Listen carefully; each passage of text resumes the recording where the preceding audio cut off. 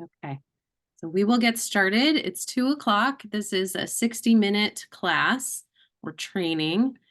And if you are in the state of Kansas and you want CEU credit, do make sure you fill out the the survey, the program evaluation at the end of the training. For everybody that was registered by yesterday afternoon, I emailed you the link to that form. It's a Google form. So just make sure to fill that out. And if you can put in the comments that you do want CEU credit, then I'll send you a certificate for that. I will be submitting this. Actually, I'm in the process of working to get NBCC certified so I can offer CEUs through NBCC. So I'll be coming out with some longer trainings in nutritional psychology and integrative counseling topics. If you want to be on an email list for those, feel free to go ahead and put in the chat box your email and say, add me to the email list. Or if you don't want to share your email on the group list here, you can directly message it to me, or you can just put it in the survey in the comments that you'd like to be notified of upcoming trainings. Any of those options work just fine. Still got some people joining here. If you are wanting CEU credit, you just need to be present for the full 60 minutes. So I will just make sure you stay to the end for that.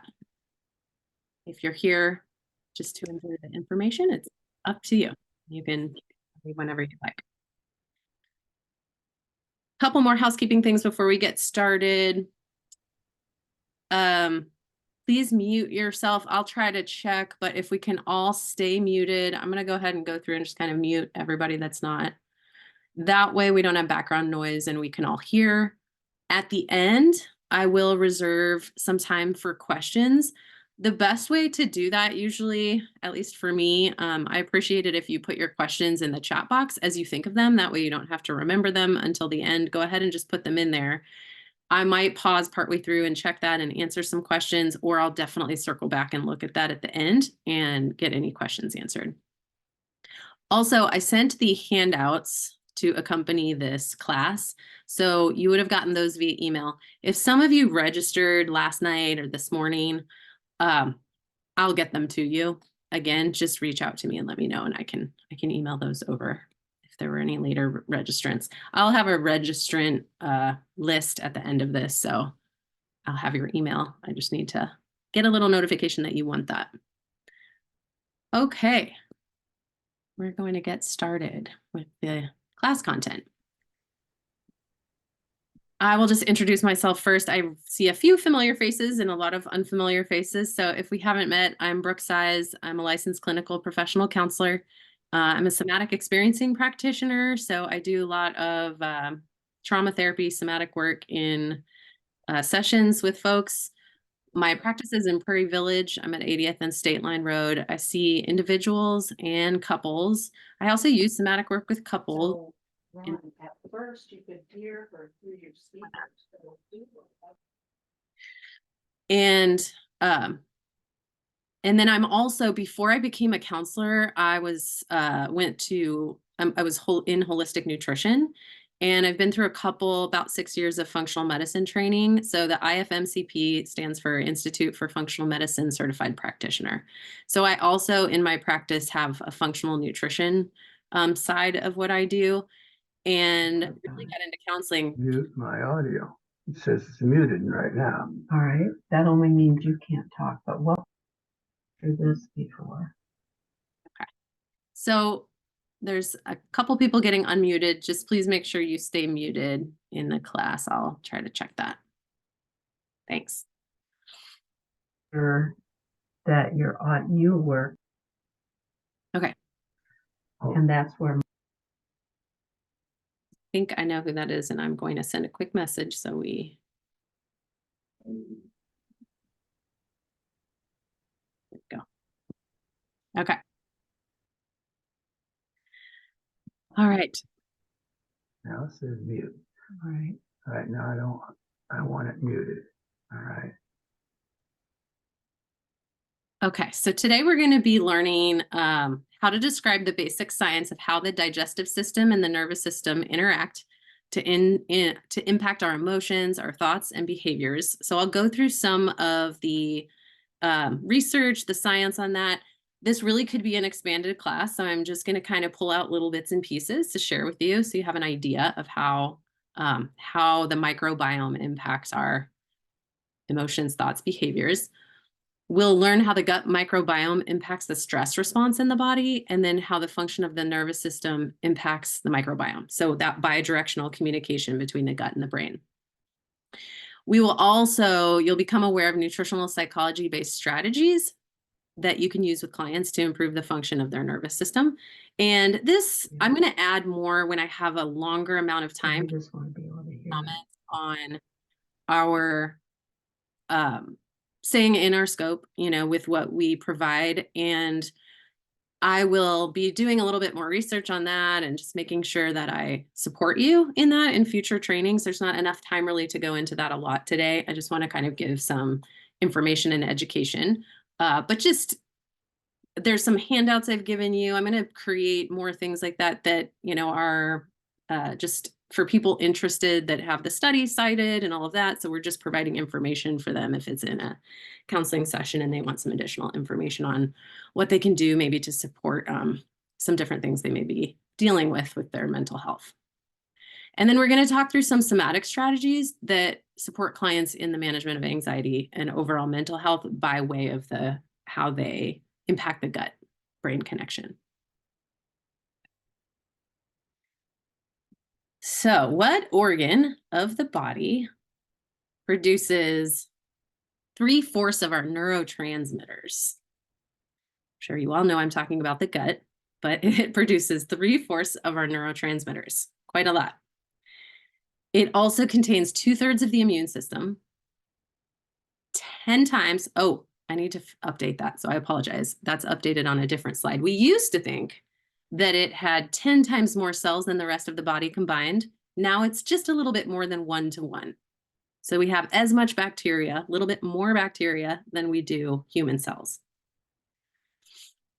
It also houses a genome 100 to 150 times larger than the human genome and has metabolic activity greater than the liver. And we've known for a long time, Hippocrates said all disease begins in the gut. And we didn't have the science back then, all the research that we're talking about now, but there was an understanding that our gut really impacted our overall health.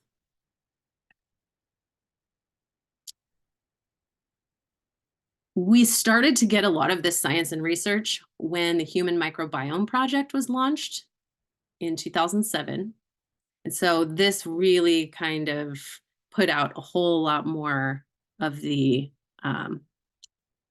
information we have in research and kind of launched continued studies on our gut microbiome and how it impacts our overall health.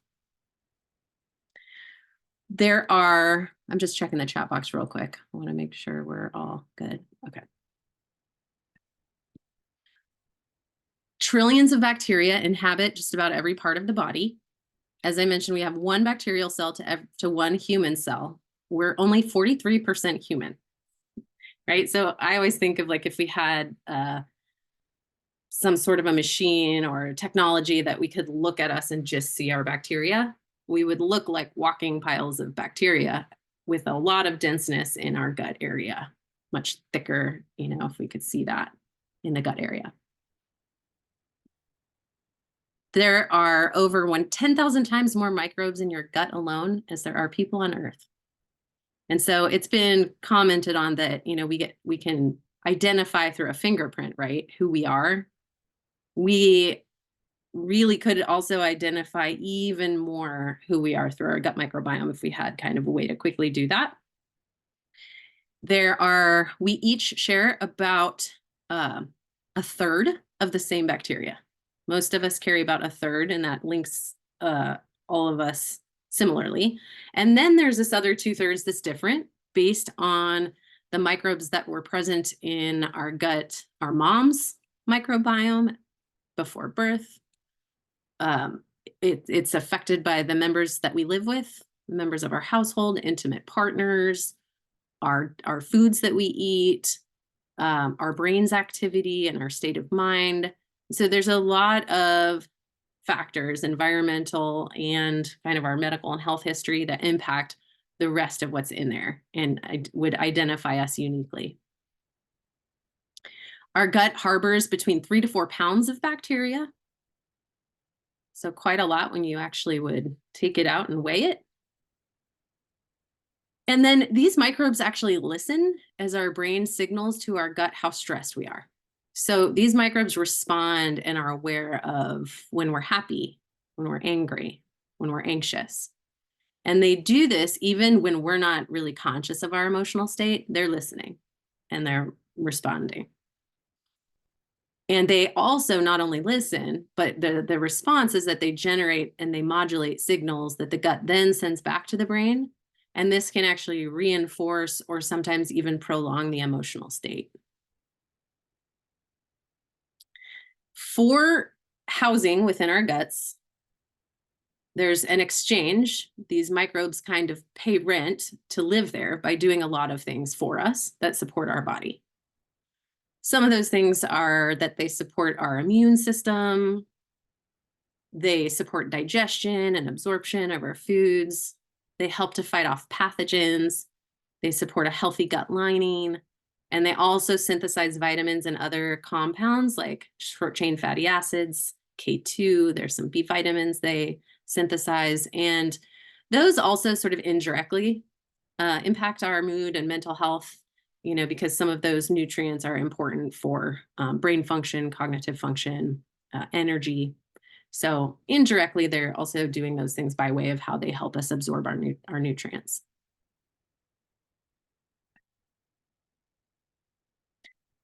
The gut houses other systems in the body. So I always think this is interesting because there's the better known statement that Hippocrates made that all disease begins in the gut, or health begins in the gut. In Ayurveda, they say that all disease begins in the nervous system. And that makes sense to me because our nervous system and our gut are so connected. Our gut is lined with more than 100 million nerve cells. So there's a lot of communication. It also has its own nervous system called the enteric nervous system. 70% of the immune system is housed in the gut. There are more immune cells living in the walls of the gut than circulating in your blood or residing in your bone marrow. So quite a lot of impact there. And in terms of mental health, one takeaway there is that if we can, sorry, I'm admitting someone. There can be inflammation in the body that's impacted by the gut because of all that immune system that's there. And that's also, I'll kind of add this in a longer training, but that can play into something called brain inflammation, which is associated also with depression. I don't have that specific info in here, but I'll just kind of throw that in as something that's also got research on it, and put some more in future trainings. The lining of the gut is also studded with a huge number of endocrine cells. And so those endocrine cells contain up to 20 different types of hormones that can be released into the bloodstream if they're called upon. So if we could clump all of the endocrine cells that are in the gut together, it would form a mass bigger than all of the other endocrine organs combined, including the gonads, thyroid, pituitary, and adrenal glands. So just to kind of, the takeaway there is there's so much communication happening with our hormones through the digestive system. 95% of our serotonin is stored in the gut, which is interesting. Serotonin helping with, a lot of us in mental health are pretty aware of that one. Lots of clients on SSRIs and things like that to manage serotonin. And so if we can help provide a healthier gut, it's possible the body will be able to improve its own levels of serotonin as well. When spread out, the gut is the size of a basketball court. So much surface level for communication.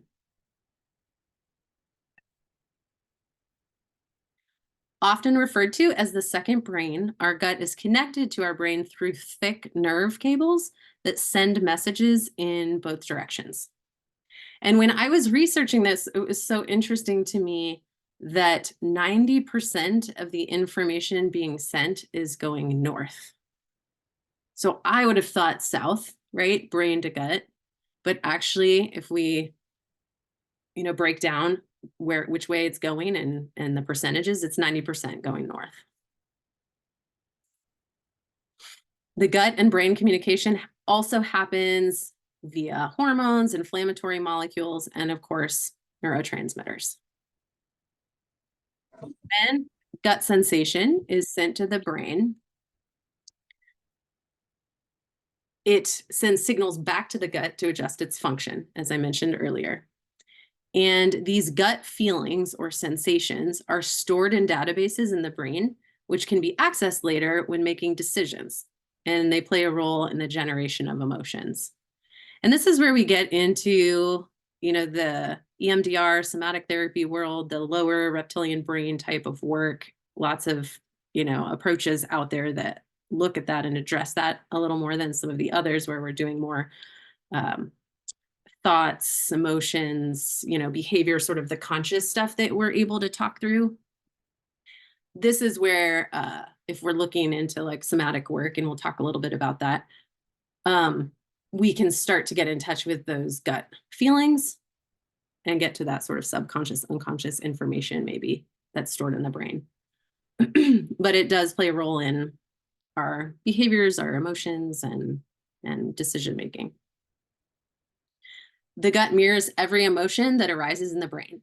So for example, if someone cuts you off in traffic and you're fuming in the car, your gut will have vigorous contractions that increase the production of stomach acid and slow the emptying of whatever you had for breakfast.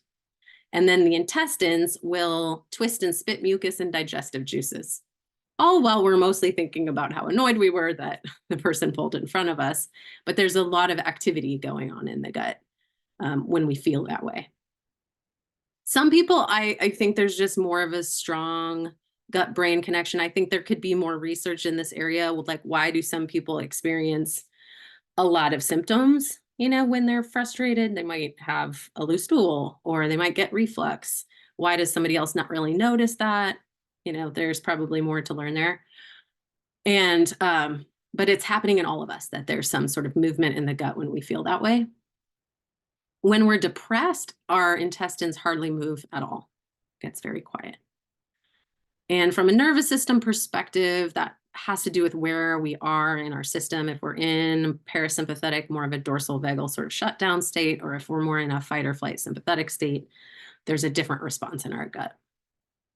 And our language reflects this, right? We say, it was gut wrenching, or I have butterflies in my stomach, or I felt like my stomach dropped, got heavy.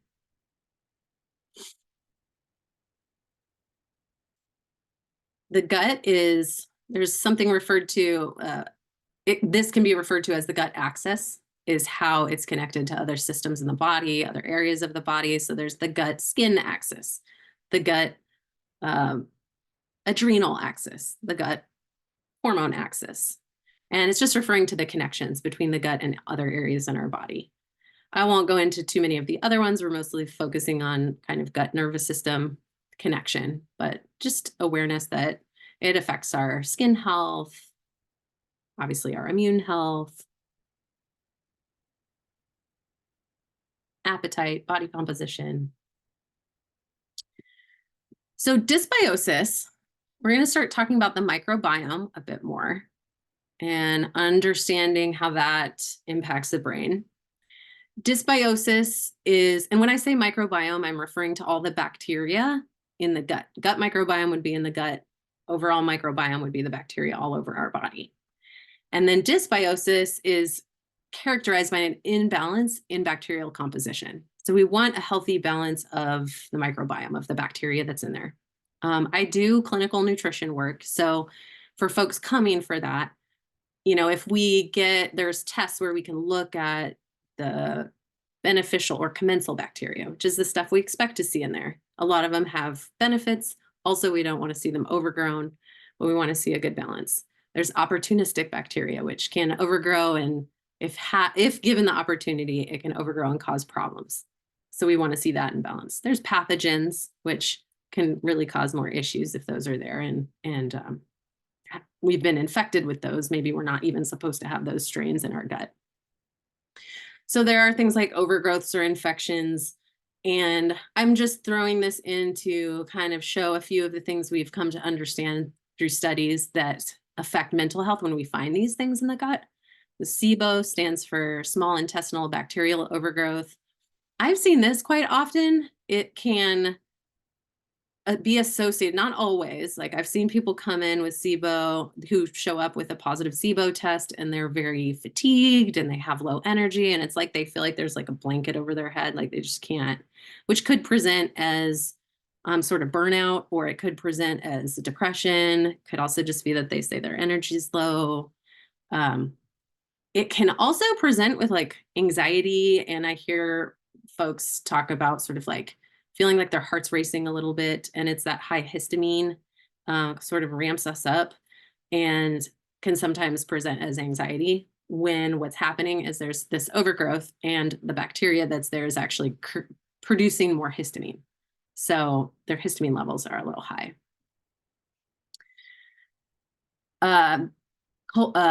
Opportunistic commensal or yeast overgrowth. So just different things we would naturally find in the gut, but they're overgrown, they're out of balance. So there's just this state of dysbiosis.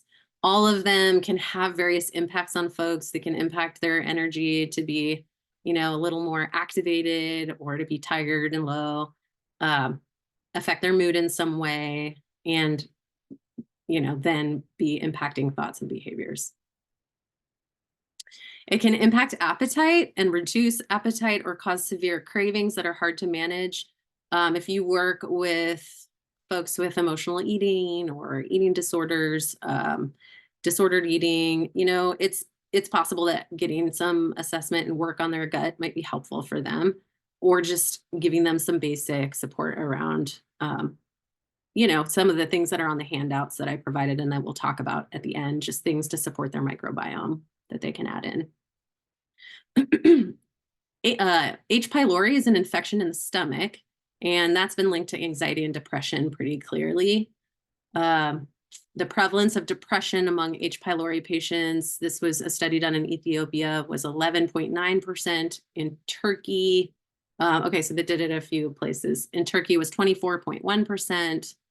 And so definitely found higher prevalence of anxiety and depression with H. pylori infection. H. pylori, some of these also, like H. pylori can be found in the gut, and always part of assessment is like, is it actually part of the problem or not? Sometimes it's not, but it has the potential to impact mood. And then, so there's some of the things we see that can kind of negatively affect our mood or our mental health. Then here are some of just the benefits, and we could really like go into all the different strains and all the studies on all the strains. There's a lot out there, but I just pulled out kind of some talking points and some of the research on, some of the overall research on benefits of L. reuteri, and then also just the classes of Bifidobacterium and Lactobacillus. L. reuteri, it's said a couple different ways. That is a single strain, and I pulled that one out because all of us working in mental health, or most of us here, it has the unique capacity to trigger the release of oxytocin from the brain, which is that, connection hormone, love hormone. It's released during orgasm. It helps us connect and have empathy. And L. reuteri can help trigger the release of that. Modern life has mostly eradicated this strain from 96% of people in the Western world. So what we're seeing with microbiomes in modern life is that we've lost strains that really were present in our guts for many, many, many years. Luckily, this is in a lot of probiotics. So folks that take this, it's in a lot of women's probiotics. It's one that's also supportive of the vaginal microbiome. So it's found in a lot of the women's blend probiotics. And, but interestingly, in studies, it's been found to be absent from 96% of people in the Western world. Only 1 in every 20 people carries this strain. And because it has this unique capacity to trigger the release of oxytocin from the brain, which, just to name a couple other things with oxytocin, it's the hormone of empathy and connectedness, helps us see the other side of an argument. This could be good for your couples, clients, relationship therapy, reduces social anxiety. And due to the loss of it, modern people have less oxytocin than they did 50 years ago, than we did 50 years ago.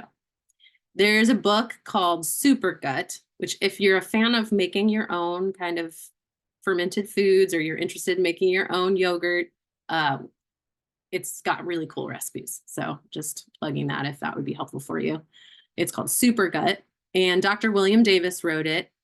He comments that, and I quote, "We live in a time plagued by increased social isolation, record-setting rates of suicide, and skyrocketing divorce. Could the loss of the oxytocin-boosting L. reuteri be at least one cause behind these social trends? Surely these are complex issues with many potential causes, but could this be at least part of the explanation?" Of course, we don't know for sure, but it's an interesting thought. And so this also can reduce levels of stress hormone cortisol and increase libido as we age, or keep a healthy libido as we age. So that's just one single strain. And then bifidobacterium and lactobacillus are referred to a number of strains in both of the different strains that are in a lot of probiotics. So you'll see some that might be high lactobacillus, some that might be high bifidobacterium. And so I just kind of put some benefits of taking those overall.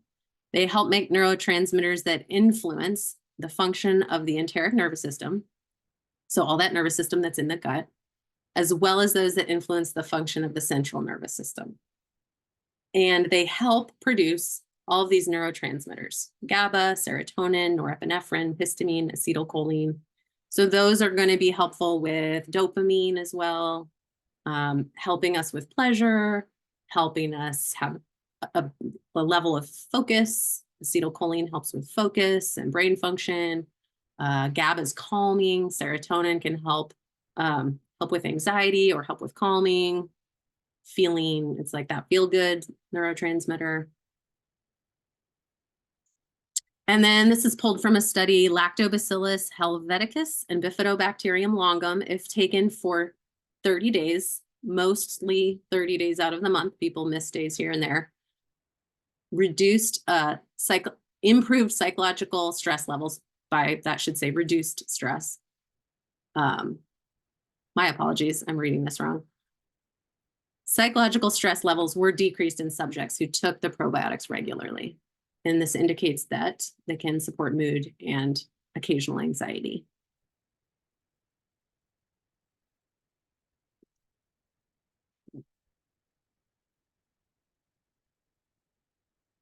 This is one of my favorite things I found. And some of you may have read this before. It's super fascinating, I think, that the gut microbiome actually shifts to reflect our extroverted behavior or our introverted behavior. Or it's possible that the existing microbiome actually helps determine our personality, like whether we're extroverted or introverted or somewhere in the middle. And this was done, there's something called fecal transplants. They've been done in humans. They've been used in studies in mice to find some of this information. And in other countries, not as much in the States, I don't think at this point they are done, but it's not as common. Folks, they've been used in humans for like C. diff infection when it's resistant and not getting treated through antibiotics. They might do a fecal transplant. It can be very effective. And so it's taking the healthy microbiome from one colon and putting it into another person's colon that needs that treatment. And so this is how this was found, is that transferring fecal pellets containing gut microbiota from an extrovert mouse can change the behavior of a timid mouse, making it behave more like the gregarious donor mouse. Interesting, changed its behavior when it had that more extroverted microbiome put into it after being sterilized of its own microbiome. This is also true of BMI and weight, and I find this to be really helpful sometimes to share if folks are working on, they're concerned about weight management, or they're wanting to lose weight and they have shame around how hard it's been, and they've been told to eat less, exercise more, and that doesn't work, and they're doing it, but they sort of get that information like they're not doing it well enough, and there can be a lot there, in having that experience. And just looking at, well, maybe working on gut health and addressing the microbiome might improve their help with weight, a healthy weight, or whatever else they're working on. And that can sometimes be a little bit liberating to look at it that way. Like, why am I eating the same thing as my sibling? And we've had a very different, metabolism. That there's potentially a lot more other factors than just like the behaviors one is exhibiting around food.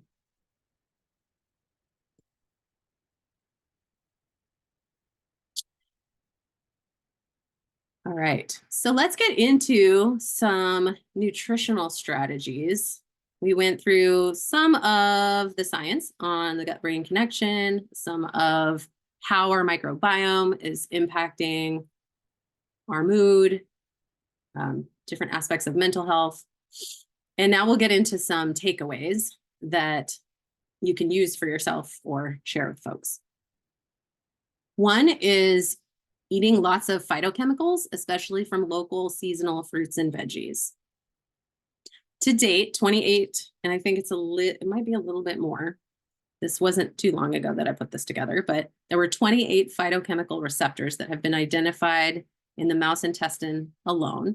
And it's believed that humans have a similar or a possibly greater diversity of receptors that are sensitive to chemicals, variety of different chemicals in plants. And partly, this is when we talk about eating seasonally, the reason I put local or seasonal is that when we're eating all those different veggies or fruits with different colors, we're getting different phytochemicals. And phytochemicals they have beneficial effects on the human body. They also do things in the plant. So plants will, we've often hear about vitamin C or vitamin A. Those are our essential vitamins and there are essential minerals. Phytochemicals or phytonutrients are all of these other nutrients that are in there that we're kind of continually discovering and learning about. And they all have different health benefits for the human body. In plants, they might help protect the plant from UV rays or from insects or other predators that might eat the plant. It's protective for the plant. And then for us, they do a variety of different things for us that are beneficial. They also help us identify what's happening in our environment, which is pretty cool. This is one way that we communicate with nature, is that when we eat those, there's receptors in our body that tell our body, oh, it's summer, or, it's this time of year. And it may be, I don't know, everybody's constitution is different. So, there's some folks that eat something that's like a summer vegetable in the winter, and it's like a salad, right? And raw, and they just feel really cold all day. And that might be partly why. It might have to do with one's constitution and like being able to kind of like find balance with what's happening in the season based on what we're eating. Other folks, it doesn't seem to affect. So something you can kind of notice for yourself. Including fermented and probiotic rich foods. So I sent out a handout on this to give some extra info. There are a lot of options here. Fermented basically means that there's that good bacteria in there. So we're getting some good bacteria from the food. If you are looking for fermented vegetables, you'll want to look in the grocery store in the cold area. They should be kept cold. And when you look at the ingredients, it'll say salt, not vinegar. So if it's vinegar, it's more pickled. So let's use sauerkraut, for example. You can find sauerkraut on the shelf stable in grocery stores, and it's usually made with vinegar. That won't have the good bacteria in it if that's what you're going for. So you want to look in the cold area and make sure that it's salt. It's lactic acid fermented. Bubby's pickles is a good starting point. Sometimes fermented vegetables, if you haven't had them before, they can be, they might not taste good, or you might have some time to get used to them. If you like pickles, Bubby's pickles is like a good starting point. They taste like pickles, but a lot of people notice a little bit of a different taste. They're not, there's just a different flavor somewhat, but it's a pickle, and it's got the live and active cultures in there. They make sauerkraut as well. Farmhouse Culture is another brand that I've enjoyed. So you can check that out. They have different flavors of fermented veggies. Yogurt is oftentimes an easier place to start for folks than fermented vegetables. You try different types of yogurt. You want to look on the label. It should say live and active cultures to make sure that that's actually in there. Super Gut, that book, there are a number of good books, but that one does give a list of like beneficial strains that if you pull that up, it can help you if you're looking for, certain strains and certain benefits, then you can tailor it a little more to what you want. Kombucha, that is tea that's been fermented. That can be also an easier starting point. It's a great alternative to soda. It's a great alternative to things like beer. If somebody's trying to reduce alcohol consumption and they like beer, sometimes kombucha kind of feels like a nice switch. It's got that fermented taste like beer would have. So that has become so popular. If you walk into like a health food store, like Natural Grocers or something, you'll see, a whole row of kombucha. So lots of different flavors, lots of options. There's one called Live, a brand called Live that makes some like cola type flavors, like root beer alternative or Dr. Pepper alternative. So you can check that out. Let's see, other probiotic foods. Again, if you want to make your own, you can really get into that. There's a lot of ways to make cultured vegetables. They can be a little pricey at the store, and making them is very easy. So if you have the time and the interest, there are a lot of resources online to make them yourself. I do make the recipe out of Supergut for my own yogurt because it's as therapeutic of a dose as a probiotic supplement. So if you end up, it's about $100 purchase for the machine that you can get on Amazon. Once you have that, it's really easy to do. It's just, I do it with coconut milk. So it's like cans of coconut milk and a few other ingredients. And then you use your batch to make the next batch and the next batch and the next. So it's a little bit of upfront cost, but then once you get it going, it's pretty easy. So it's long fermented, and it's really different than other yogurt. I've never seen recipes out there like that. So check that book out if you do want to kind of make that yourself, and it might save you money if you are taking a probiotic supplement. You can also choose what strains you put in it and shift it over time. Include fiber and prebiotics in foods. And so the allium family, all different types of onions and garlic, are a great way to get prebiotics. Prebiotics are fibers that feed our good bacteria.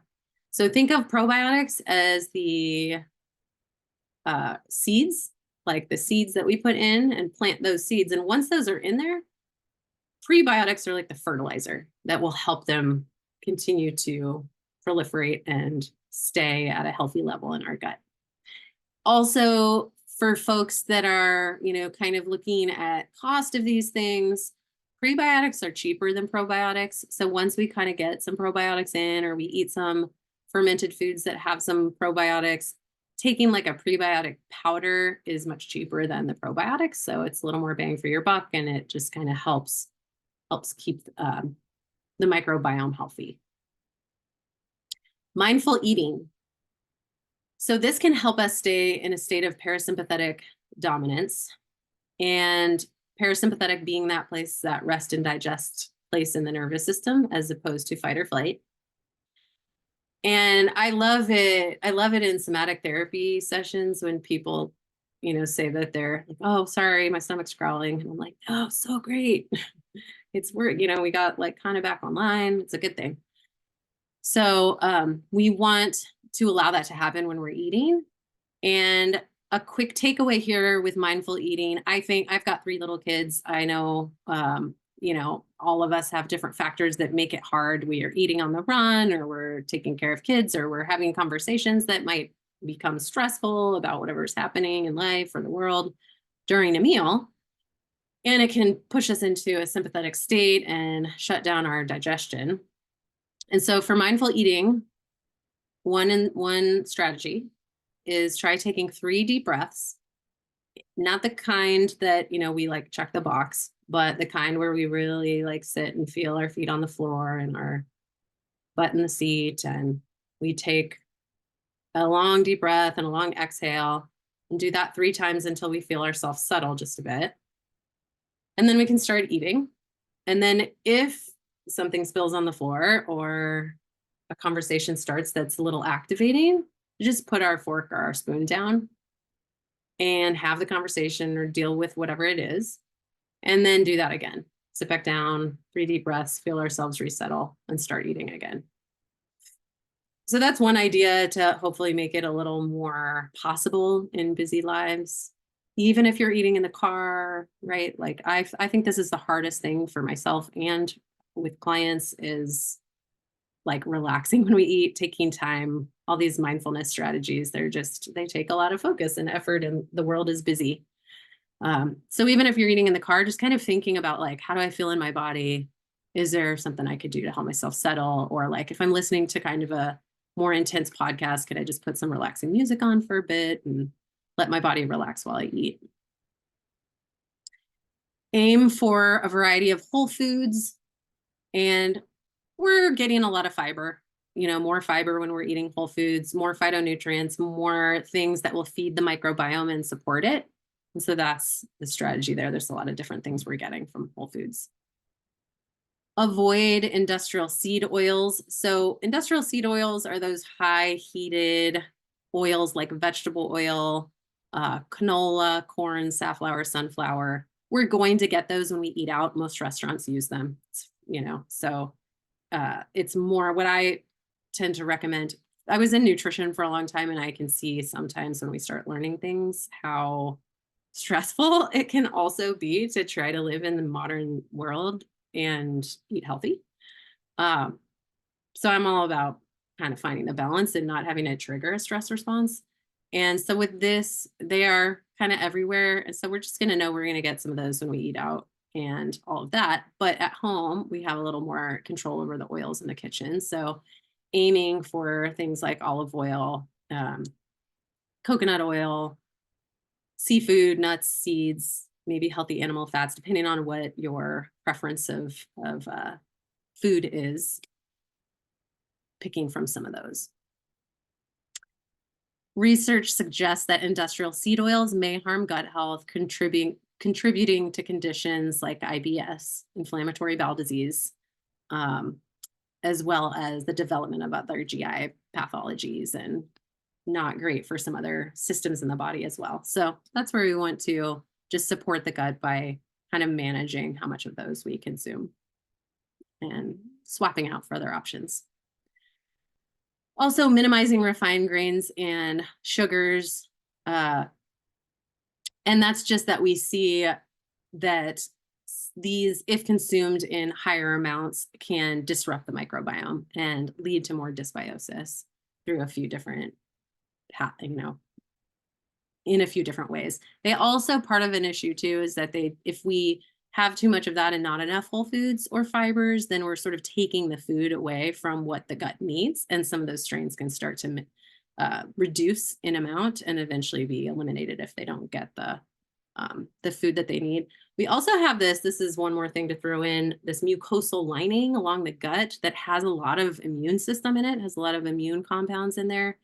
And it can be fuel for bacteria. So let's say we just went on like a no fiber diet, which has had to happen. Like there are cases, so know that there's some, if somebody's having severe digestive issues, sometimes we have to do that for a limited period of time.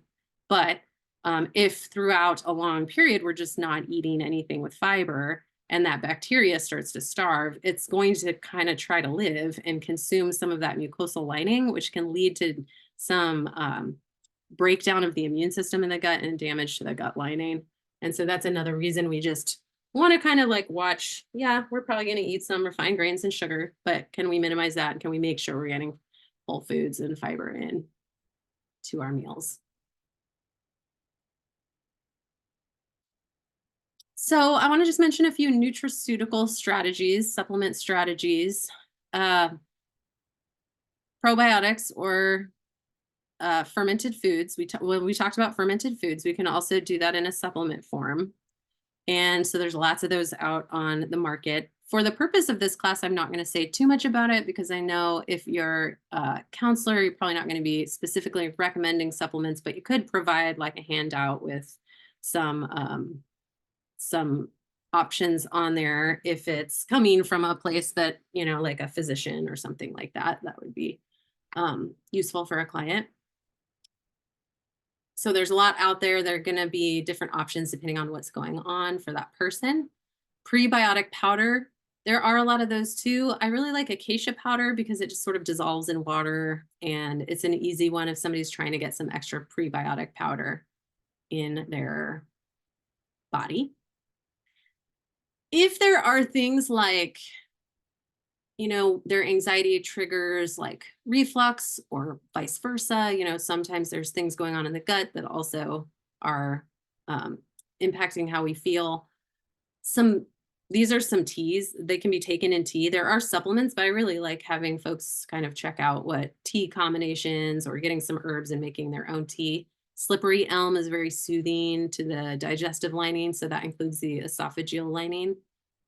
Licorice, marshmallow root, aloe vera juice and gel are available in stores, and that can be really soothing. So those are out there. Nutrients like quercetin and zinc carnosine can help with a healthy histamine response, can support the immune system, also help with the gut lining. There are something called immunoglobulins that can help support the immune system in the gut. And some of these might be more if you do work in you know, an area where you're doing more nutrition or you work in like a practice where there's kind of some support. Some of those clients might need a little more assessment to figure out what's right for them. But these are some starting thoughts. And then if we're going at it from more of how do I help the nervous system to help my gut? How do I help with, you know, my stress response? Ashwagandha has become a lot more popular. I don't think 10, 15 years ago that was so common, but I hear clients mention that often. That's a very calming herb. One of my favorites is phosphatidylserine. On bottles, it just says PS, but it helps with a healthy cortisol response. It will not stop someone from having a stress response, you know, if their cortisol going up, but instead of it staying elevated all day, it helps it come back down after that stressor.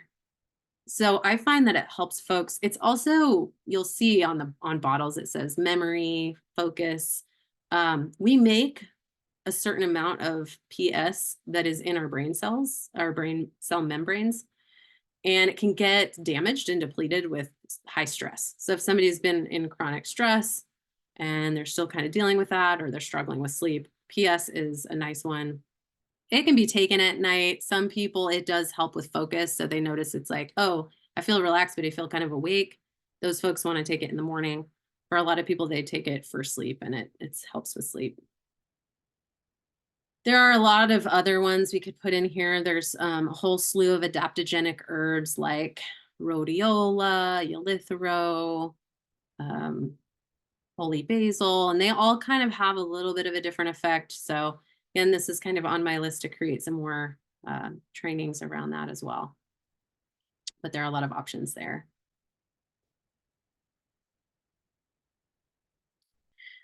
Treating with probiotics can improve stress resilience.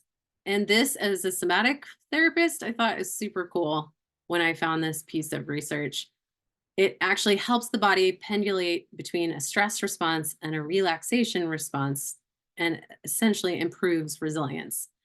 And it does this because when we take this, well, the study, it was Lactobacillus rhamnosus. I was trying to remember the strain. When we take that strain, what was found was that if put under a stressor, cortisol, stress hormones go up, but then we get a wave of GABA, and GABA is calming. So it's like we get this wave of like calming, and then we get the stress response again, the stress hormones pop back up. And so we can keep going, like we can keep managing. And because we're going back and forth a little bit between activation and a little bit of calm, and activation and a little bit of calm. And we're able to go longer through a stressor or a stressful period. So can't always take away the stressors, right? But this is one way we can maybe manage it better. In terms of some body-based therapy techniques, bringing the body more into the conversation via something like somatic experiencing or tapping or EMDR, or there are a few others that are kind of in the back of my head. So anything where even just, basic mindfulness strategies, kind of slowing folks down and asking how they feel in their body, any sort of breath work, body awareness. When we are helping people kind of resource, right?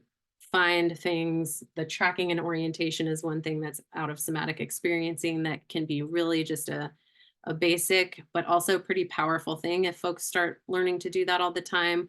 I just always explain to a lot of people have pets. So when they think about their pet and how they do this all day, right? They look back and forth all day. And it's how they know they're safe in their environment, they're relaxed. And then if there's a threat, they look at it and they start barking or hissing or whatever, right? And then once that's gone, and they might hide or they might, have their response to that stressor or that threat. And then they slowly come out and you see their body relax and they start tracking and orienting again. And so that's one to just kind of can do it at the start of a session or at some point in the middle if somebody's pretty activated, and help them kind of settle a bit. And that's going to help their gut settle and help this whole connection of the gut to the brain, bring the vagal nerve a little bit more online. Even just turning the head tells the body that we're not in an active threat. And so it can be kind of a trick to help the body relax.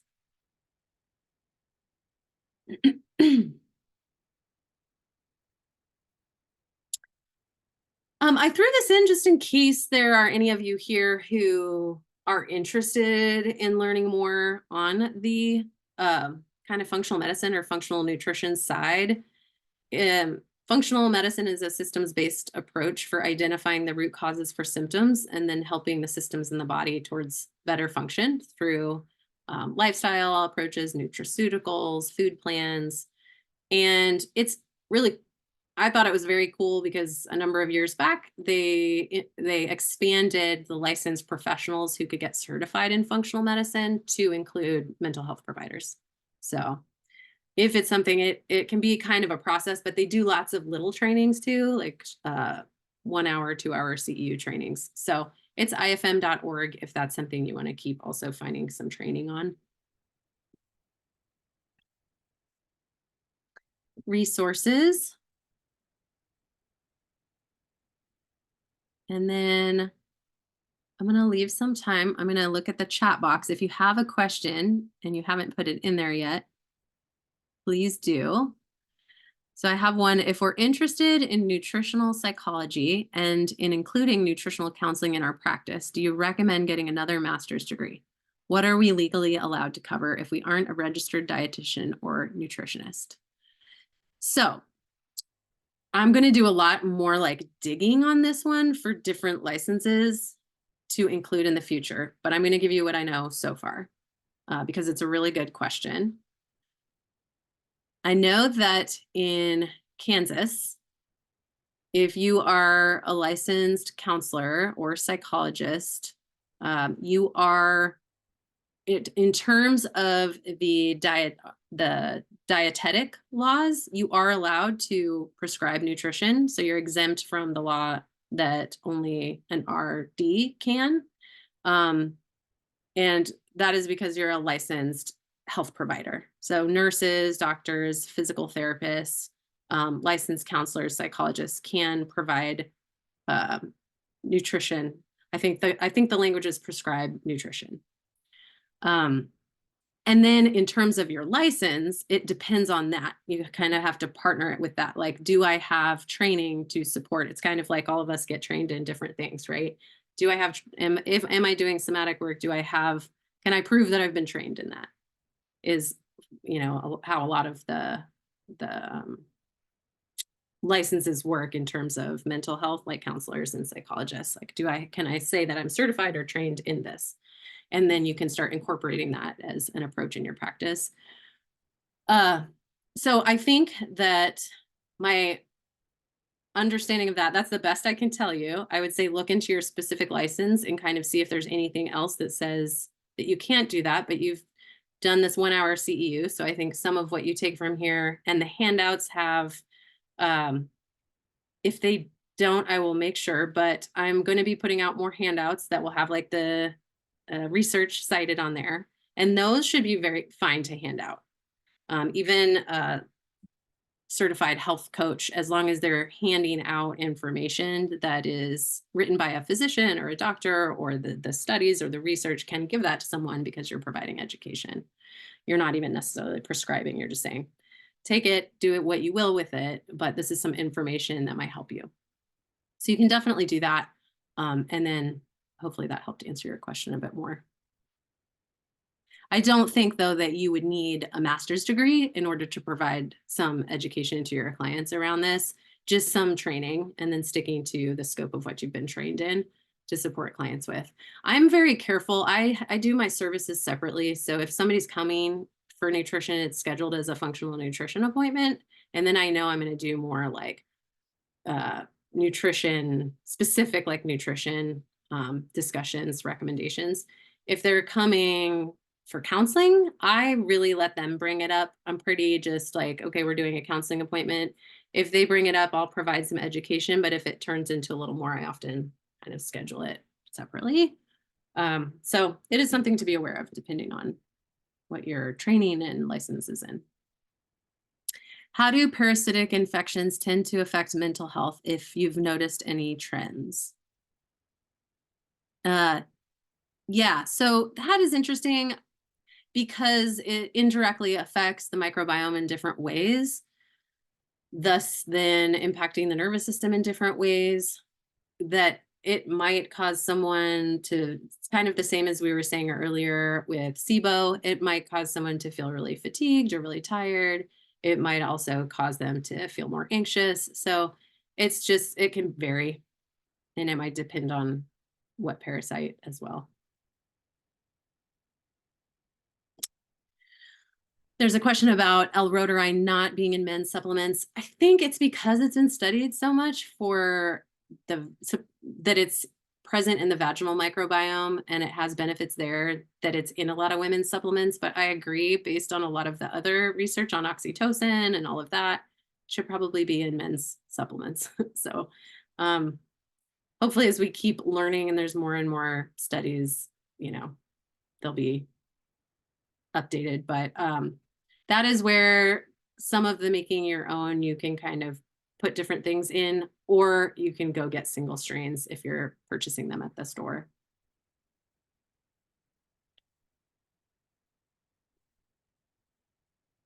Okay, if you have, I see one more question. Is there research on how different personality disorders might be connected to the microbiome? Yeah, there's some really interesting studies out there. I don't have any of them, any of the like little takeaways in my brain to give you right now. There's not a lot of research yet, but we continue to have more and more. So I will kind of note that as something I can look into more for future classes. It's a really good question. And I think probably what we would find is there's some indirect connections, meaning like what are the factors going on with maybe like impulsivity or different aspects with a certain personality disorder, and then what's going on with neurotransmitters and all of that might cause that trait. And then how is that, we probably have more research on it causing like, oh, impulsivity, and then we see that with a certain disorder.